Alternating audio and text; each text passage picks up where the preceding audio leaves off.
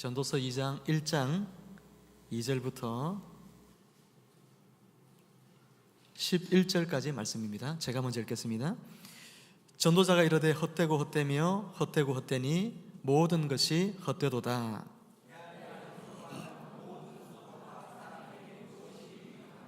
한 세대는 가고 한 세대는 오되 땅은 영원히 있도다.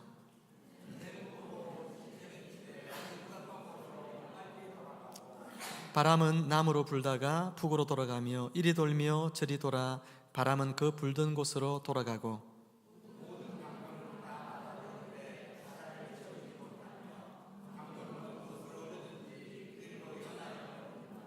모든 만물이 피곤하다는 것을 사람이 말로 다 말할 수는 없나니 눈은 보아도 족함이 없고 귀는 들어도 가득 차지 아니하도다.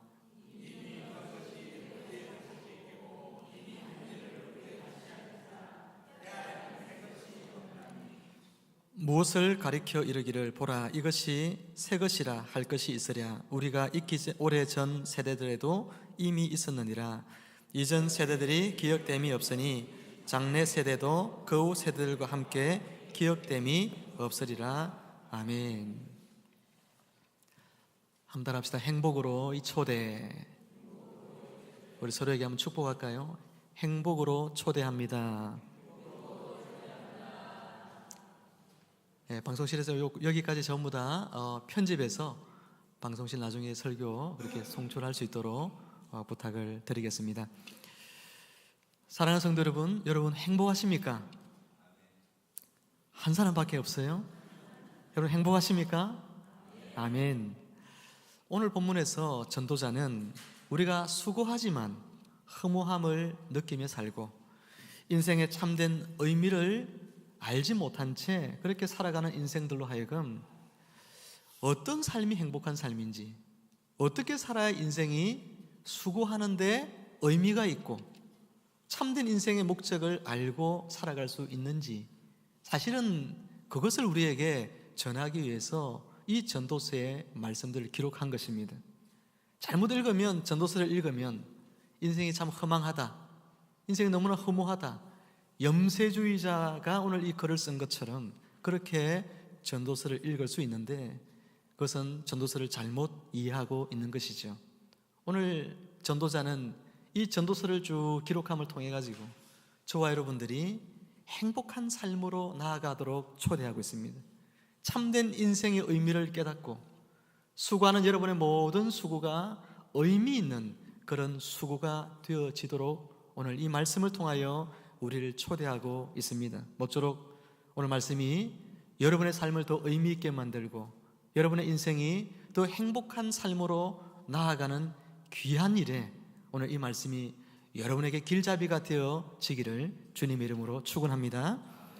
오늘 본문 2절 말씀을 여러분 같이 다시 한번 읽어보겠습니다. 2절입니다. 시작. 전도자가 이르되 헛되고 헛되며 헛되고 헛되니 모든 것이 헛되도다. 아멘. 헛되다 하는 말은 어디서 왔느냐 하면 공기라는 단어에서 왔습니다. 여러분 공기를 손으로 잡으려고 움켜쥐어 보세요. 그 공기가 잡히지 않죠. 잡히지 않습니다. 우리 인생의 여러분 모든 수고가 열심히 뭔가를 움켜 잡으려고 수고하고 애를 씁니다. 하지만 그러나 그 모든 것들이 내 손에 잡히지 않는다는 이야기입니다. 내가 뭔가를 위해서 열심히 달려가고 있는데 그러나 내 손에 얻어지지 않는다는 것입니다. 그것이 인생이다.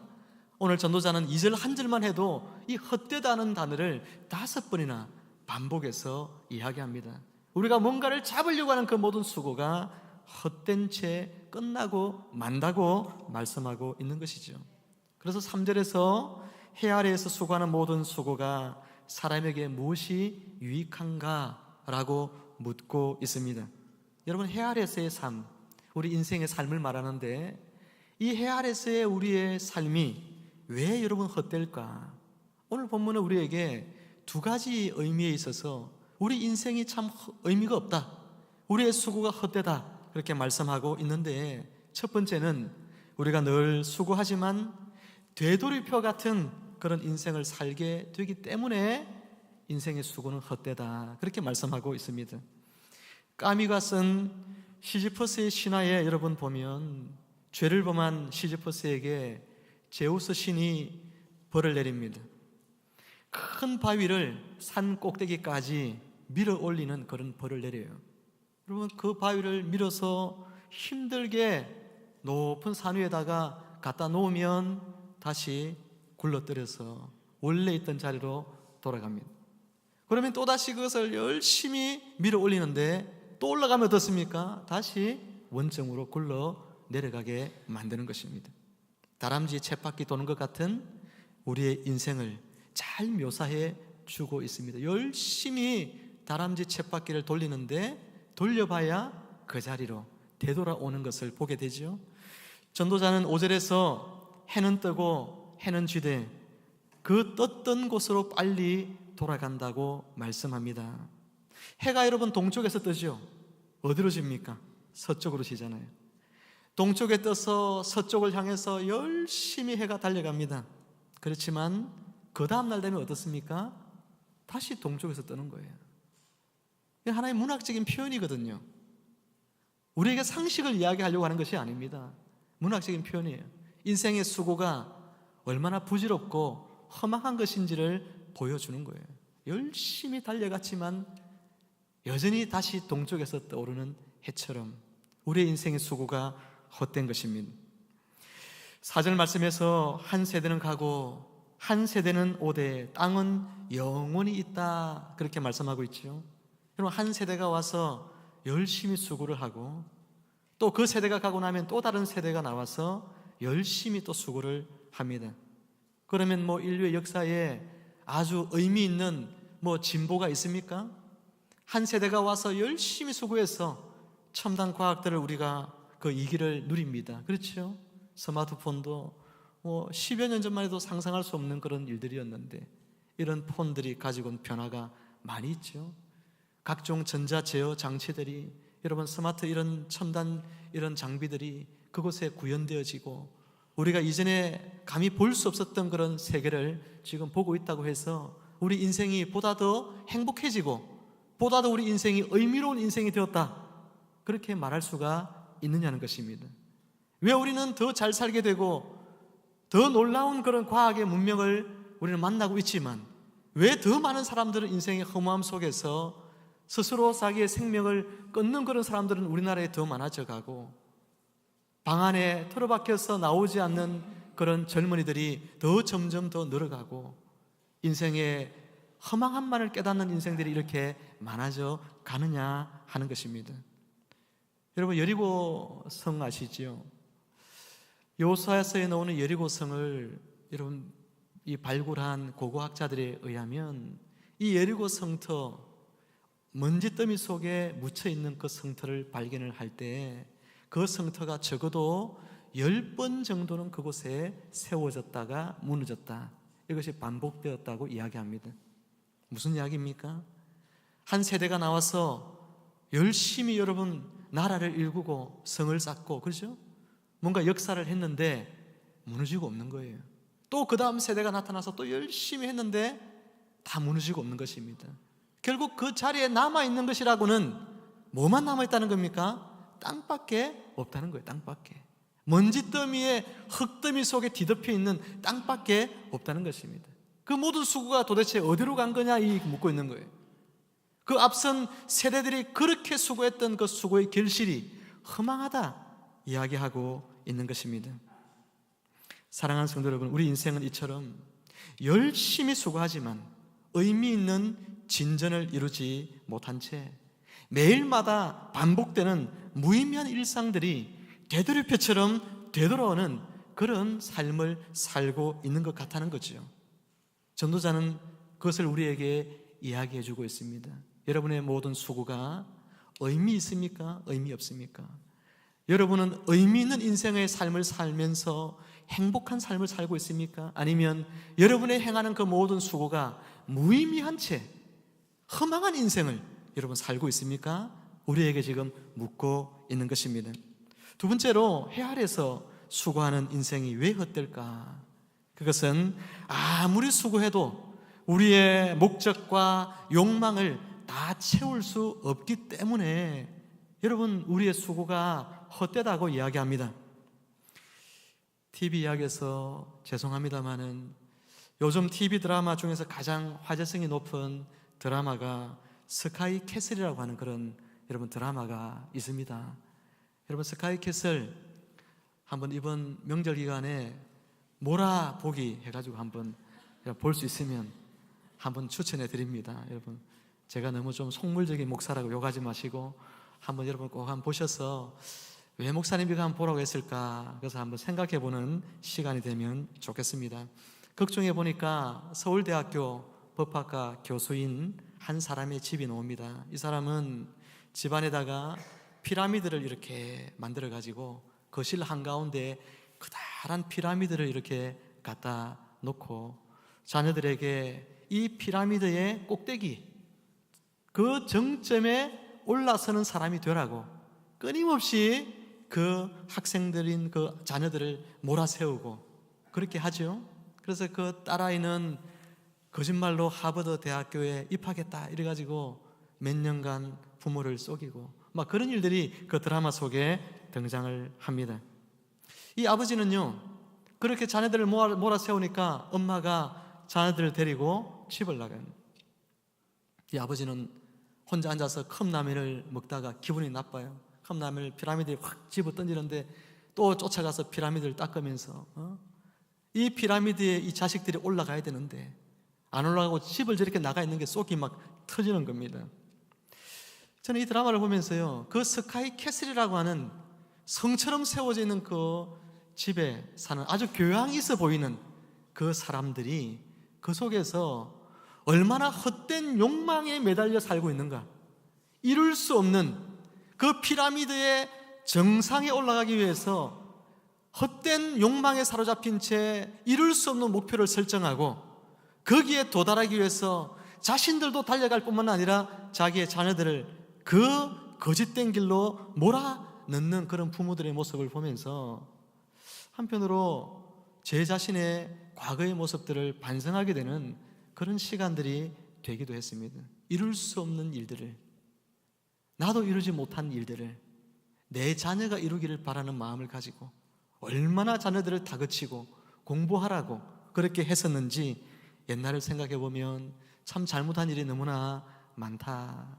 그냥 건강하게 잘 자라고 있는 것만 해도 감사한데 그것을 예전에는 참 몰랐었구나, 그것을 깨닫게 되어지는 것 같습니다. 우리는 어린 시절부터 이 같은 헛된 욕심을 쫓아 살아가도록 계속해서 부추김을 받는 것 같아요. 고등학교 때도 학교 선생님이 하신 말씀이 기억에 납니다. 이 고3 1년의 세월이 너의 인생을 결정한다. 여학교 같으면 뭐라고 말하냐면 너의 미래의 남편이 바뀐다, 이렇게 이야기하는 거죠. 네가 1년 열심히 공부하면 네 미래의 남편이 법관이라든지 의사라든지 그런 사람이 되고, 열심히 공부 안 하면 못 살고 가난한 남편 만난다 이야기 아니겠습니까? 그래서 지금 네 고3이라는 이 세월은 네가 인간이라는 생각을 포기하고 너는 그냥 공부하는 그런 벌레고 기계다, 그런 생각하고 너란 존재는 없다, 죽었다 생각하고 공부해라, 이렇게 우리 선생님이요 늘 그렇게 이야기했어요. 왜 그렇게 살아야 됩니까? 뭘 위해서 그렇게 살아야 됩니까? 그래가지고 서울대학교 가면 뭐합니까? 거기에 도달하면 그럼 인생이 행복해집니까? 참 헛된 욕망을 부추기면서 그거 붙들고 살라고 그렇게 이야기를 하는데, 오늘 우리는 혹시 그렇게 살고 있지 않는지, 이룰 수 없는 욕망을 목표로 정하고 여러분 그것을 이루려고 오늘도 달려가고 있지 않는지 우리 자신을 생각해 보아야 하는 것이죠. 본문 7절과 우리 8절 말씀을 같이 다시 한번 읽어볼까요? 7절 8절입니다. 시작. 모든 강물은 다 바다로 흐르되 바다를 채우지 못하며 강물은 어느 곳으로 흐르든지 그리로 연하여 흐르느니라. 모든 만물이 피곤하다는 것을 사람이 말로 다 말할 수는 없나니 눈은 보아도 족함이 없고 귀는 들어도 가득 차지 아니하도다. 아멘. 여러분, 강물이 바다로 흘러갑니다.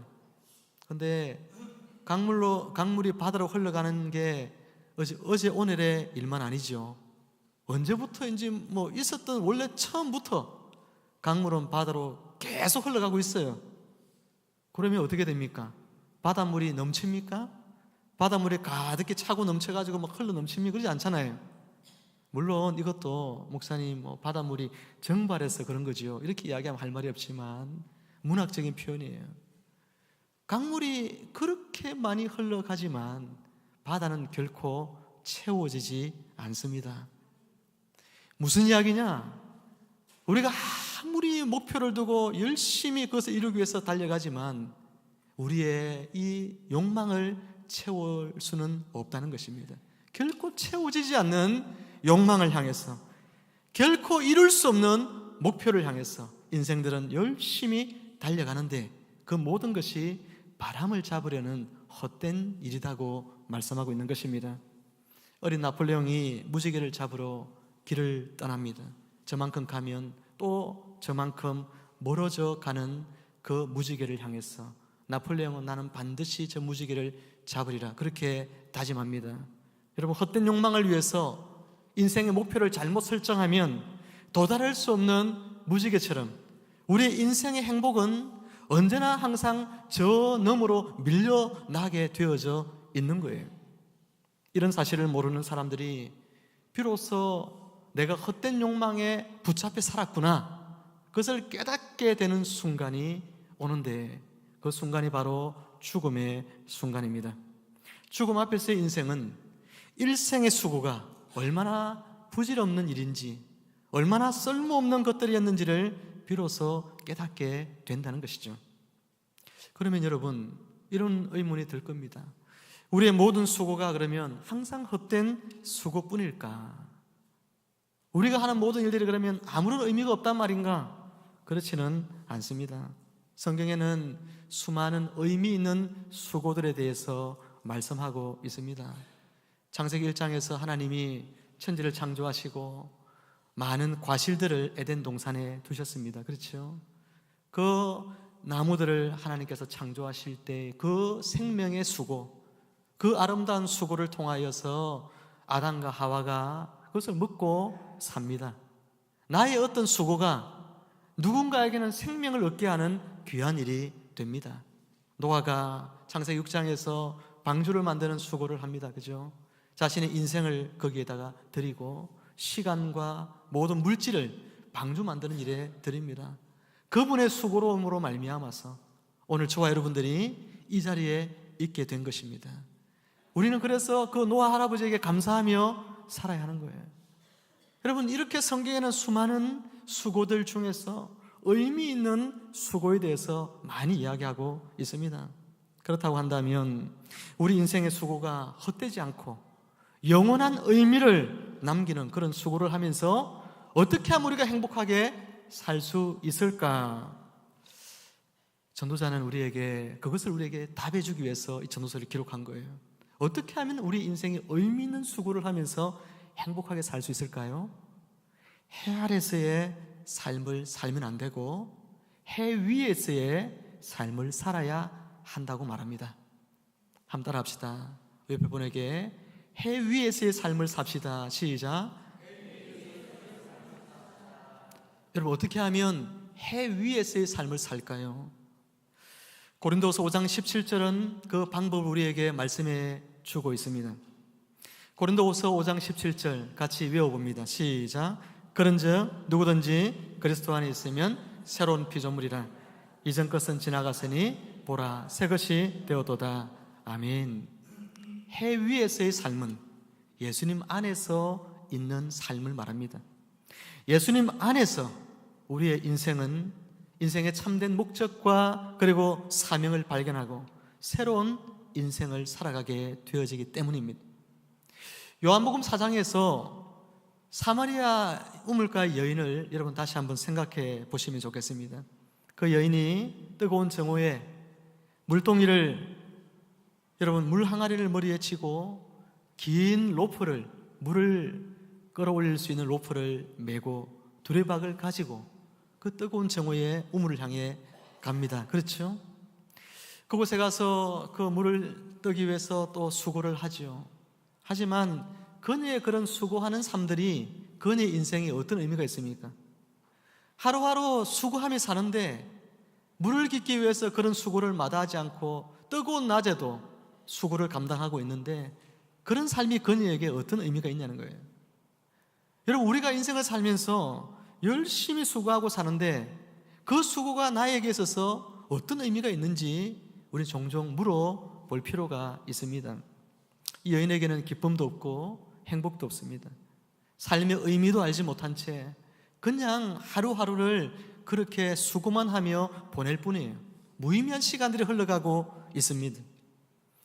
이런 그녀의 삶이 대반전이 일어나죠. 그녀의 인생이 전혀 다른 삶으로의 전환이 일어납니다. 그것은 다른 어떤 일이 그녀의 삶에 생겨서가 아니라 예수님과의 만남으로 인하여 생겨난 일들입니다. 예수님과의 만남은 그녀의 삶의 새로운 목적, 인생의 새로운 사명을 깨닫게 하고 인생의 참된 보람, 의미 있는 인생을 살아가도록 만들어 주었습니다. 우리 말씀 요한복음 4장 28절, 29절 말씀을 같이 한번 읽어봅니다. 시작. 여자가 물동이를 버려두고 동네로 들어가서 사람들에게 이르되 내가 행한 모든 일을 내게 말한 사람을 와서 보라. 이는 그리스도가 아니냐 하니. 아멘. 그녀는 물동이를 버려둡니다. 그녀의 인생의 수고로움을 상징하는 물동이를 버려둡니다. 그리고 마을로 내려가서 사람들에게 내가 예수님을 만났다, 사람들에게 예수님을 증거하는 복음의 증인의 새로운 삶을 이 여인은 살게 됩니다. 예전에는 만나기를 꺼려했던 사람들, 그녀에게 다가오면 오히려 피하는 그런 사람들이었는데 이 여인은 이제는 그 마을 사람들에게 달려가서 자신이 만난 이 기쁨, 자신이 발견한 행복의 그 비밀, 그것에 대하여서 사람들에게 자신 있게 증거하고 있는 그런 삶을 보여주고 있습니다. 이 여인의 이런 수고로움을 통해서 이 사마리아라고 하는 이 성이 어떤 놀라운 일이 있었을까요? 수많은 사람들이 예수님 만납니다. 이 여인의 수고로움으로 말미암아 수많은 사람들이 헛된 인생을 살았는데 예수님 만남으로 말미암아 새로운 피조물로서의 새 삶을 살게 됩니다. 무의미한 인생이 아니라 의미 있는 인생으로 바뀌어집니다. 하루하루 다람쥐 쳇바퀴에 도는 것 같은 그런 인생을 살던 이 사람들이 이제는 자신의 인생의 그 모든 수고가 가치로운 수고임을 발견하고 그리고 인생의 행복을 진정으로 누리며 살아가는 새로운 삶을 시작하게 되어졌습니다. 해 아래에서의 삶이 끝나고 해 위에서의 삶, 하나님 그분의 통치를 받으며 살아가는 복된 삶이 오늘 시작이 되어졌는데 바로 이 일들이 이 여인의 수고로움을 통하여 일어난 결과들이라는 거죠. 사랑하는 여러분, 사마리아 여인과 같이 우리 인생들도 해 아래에서의 삶을 끝내고 해 위에서의 삶을 살아야 할 줄로 믿습니다. 예수 그리스도 그분 안에 있어야 됩니다. 그분 안에서 내 인생이, 오늘 내가 가고 있는 이 길이 어떤 의미가 있는지를 깨닫지 못하면 우리는 수고하지만 허망한 인생을 살 수밖에 없는데, 그것을 깨닫게 되면 예수님이 나의 가는 그 길에 어떤 의미가 있는지를 우리에게 말씀해 주실 때 그것을 깨닫게 되면 내 인생이 전혀 다른 인생을 살아가게 되어지는 것입니다. 말씀을 마치면서 내일부터 우리가 이제 설명절이 사실은 본격 시작이 됩니다. 부모님을 찾아가서 이런 만나 뵙게 될 텐데, 부모님들의 인생을 생각해 보면 수고로움이 가득한 인생이다, 그런 생각이 듭니다. 우리 어머님 늘 하시는 말씀이, 내가 고생한 이야기 책으로 쓰면 책 10권도 더 넘게 쓸 수 있을 텐데 그걸 모르시니까 어머님이 그것을 쓸 수 없어서 참 한이다, 그런 이야기를 예전에 늘 하신 적이 있습니다. 우리 어머님들의 삶이 얼마나 여러분 수고가 많은 삶입니까? 근데 여러분 성경에 보니까 잠언 2장의 18절 이하에 쭉 여러분 나중에 집에 가서 읽어보세요. 읽어보면 2장 18절 이하에 뭐라고 말하냐면, 부모님들이 이렇게 열심히 자신이 누려야 될 것 못 누리고 열심히 수고하죠.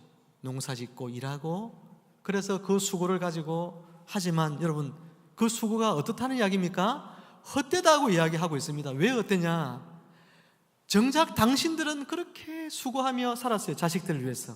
그러나 당신들은 그 수고를 한 그 보람을 누리지 못하고 살았기 때문에 그 수고가 헛되다고 이야기해요. 또 어떤 분들은 그 수고를 해가지고 많은 재산을 자식들에게 유산으로 남겨주기도 하는데 가만히 전도자가 보니까 그 유산을 어떤 사람들은 막 흥청망청 쓰고 잘못되게 쓰고 사기당하고 도박으로 노름으로 술로 유흥으로 탕진하고 이렇게 하잖아요. 그러니 그 부모의 수고를 통하여 그 남긴 그 유산이 얼마나 헛되게 쓰여지는 것입니까? 그걸 보니까 부모의 그 수고로움이 헛되다. 참 그렇게 이야기를 하고 있더라는 것입니다. 여러분, 우리 부모님들은 열심히 살긴 했지만 인생이 왜 사는지, 내가 무엇을 왜 수고하는지, 내가 무엇을 왜 이렇게 달려왔는지 그 진정한 인생의 참된 의미를 알지 못한 채 그냥 자식들 위해서 희생하고 미래를 위해서 헌신하고 여러분 그렇게 인생을 살아오셨습니다. 예수 믿지 않으시는 우리 부모님들에게 이번 명절에 여러분들이 인생의 참된 의미를 깨닫도록 유의미한 인생으로, 의미 있는 인생으로 그 남은 생애를 보내실 수 있도록 여러분이 도와드리셔야 합니다. 예수 그리스도 그분을 증거하십시오.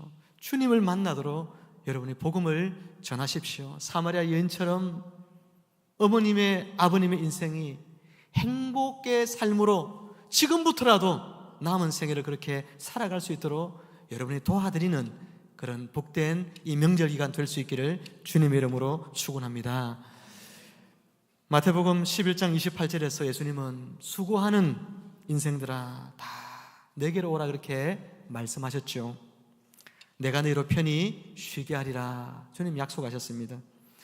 쉰다고 하는 것은 샬롬의 상태를 말합니다. 샬롬은 유대인들에게 있어서 가장 행복한 그런 마음의 상태를 샬롬이라 그렇게 이야기합니다.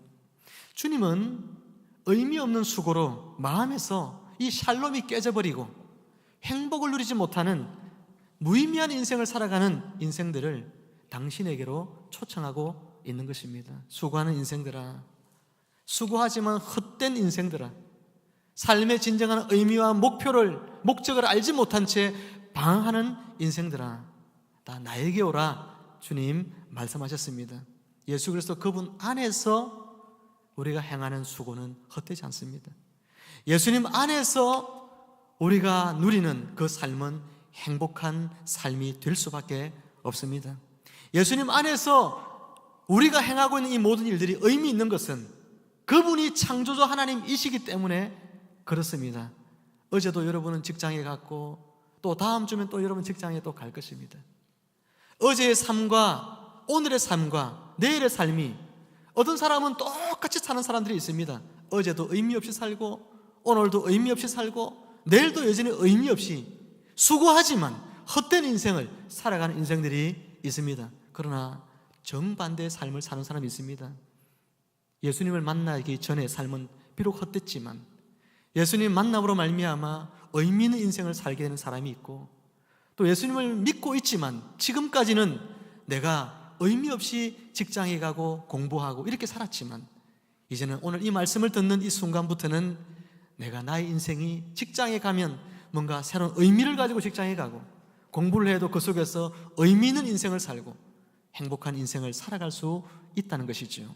창조주 예수 그리스도 그분이 여러분 안에서 역사하시면 여러분의 무의미했던 모든 일상이 끝나고 해 아래의 삶이 끝나고 해 위에서의 삶, 의미로운 인생으로서의 새로운 출발이 여러분 안에 시작되어질 것입니다. 사랑하는 성도 여러분, 그러므로 여러분이 살아가는 모든 그 길에서 예수님께 내가 지금 하고 있는 이 일의 의미가 무엇인지를 물어봐야 됩니다. 나는 무엇을 위해서 지금 살고 있는지, 나는 어디를 향하여 지금 달려가고 있는지, 내가 하는 이 모든 수고가 어떤 아름다운 열매를 맺게 될 것인지 아니면 빈손으로 끝나게 되는 일인지, 여러분의 인생을 잘 가고 있는가? 내가 바로 가고 있는가? 의미 있게 살고 있는가? 주님이 초대하시는 행복으로의 길을 내가 걷고 있는가? 여러분이 항상 주님께 물어보심으로 여러분의 인생이 영원한 의미를 남기는 그런 수고를 행하는 삶이 되어지기를 주님의 이름으로 축복합니다. 우리 서로에게 한번 축복할까요? 영원한 의미를 남기는 인생이 되십시오. 시작. 아멘. 같이 기도하겠습니다. 하나님 아버지, 다람쥐 쳇바퀴 도는 인생을 살면서 이룰 수 없는 욕망을 이루기 위해서 헛된 목표를 세우고 달려오는 인생들처럼 혹시 우리가 그렇게 살아왔다면 하나님, 주님 앞에 이 모든 삶을 끝내게 하여 주옵소서. 예수 그리스도 안에서 우리 인생이 의미 있다고 말씀하셨습니다. 예수님 안에서 우리는 해 아래서의 삶이 아니라 해 위에서의 삶을 살 수 있다고 말씀하셨습니다. 단조롭게 반복되어지는 동일한 일상 같아 보이는 일들도 예수님 안에서 그 모든 의미가 새롭게 우리에게 다가오게 된다고 말씀하셨습니다. 사랑하는 주님, 날마다 우리가 행하고 있는 모든 일들 속에서 이것이 어떤 내 삶의 의미가 있는지를 주님께 물어보면서 직장에 가서 일하고 공부하고 또 세상의 삶을 살아갈 수 있도록 하나님 은혜를 허락하여 주시옵소서. 우리 사랑하는 모든 성도들이 주님 안에서 행하는 모든 수고가 영원한 의미를 남기는 아름다운 수고가 되게 하여 주시고 참된 행복, 의미 있는 인생을 모두가 살아갈 수 있도록 우리 하나님 축복하시고 간섭하여 주옵소서. 예수님의 이름으로 감사하며 기도드리옵나이다. 아멘.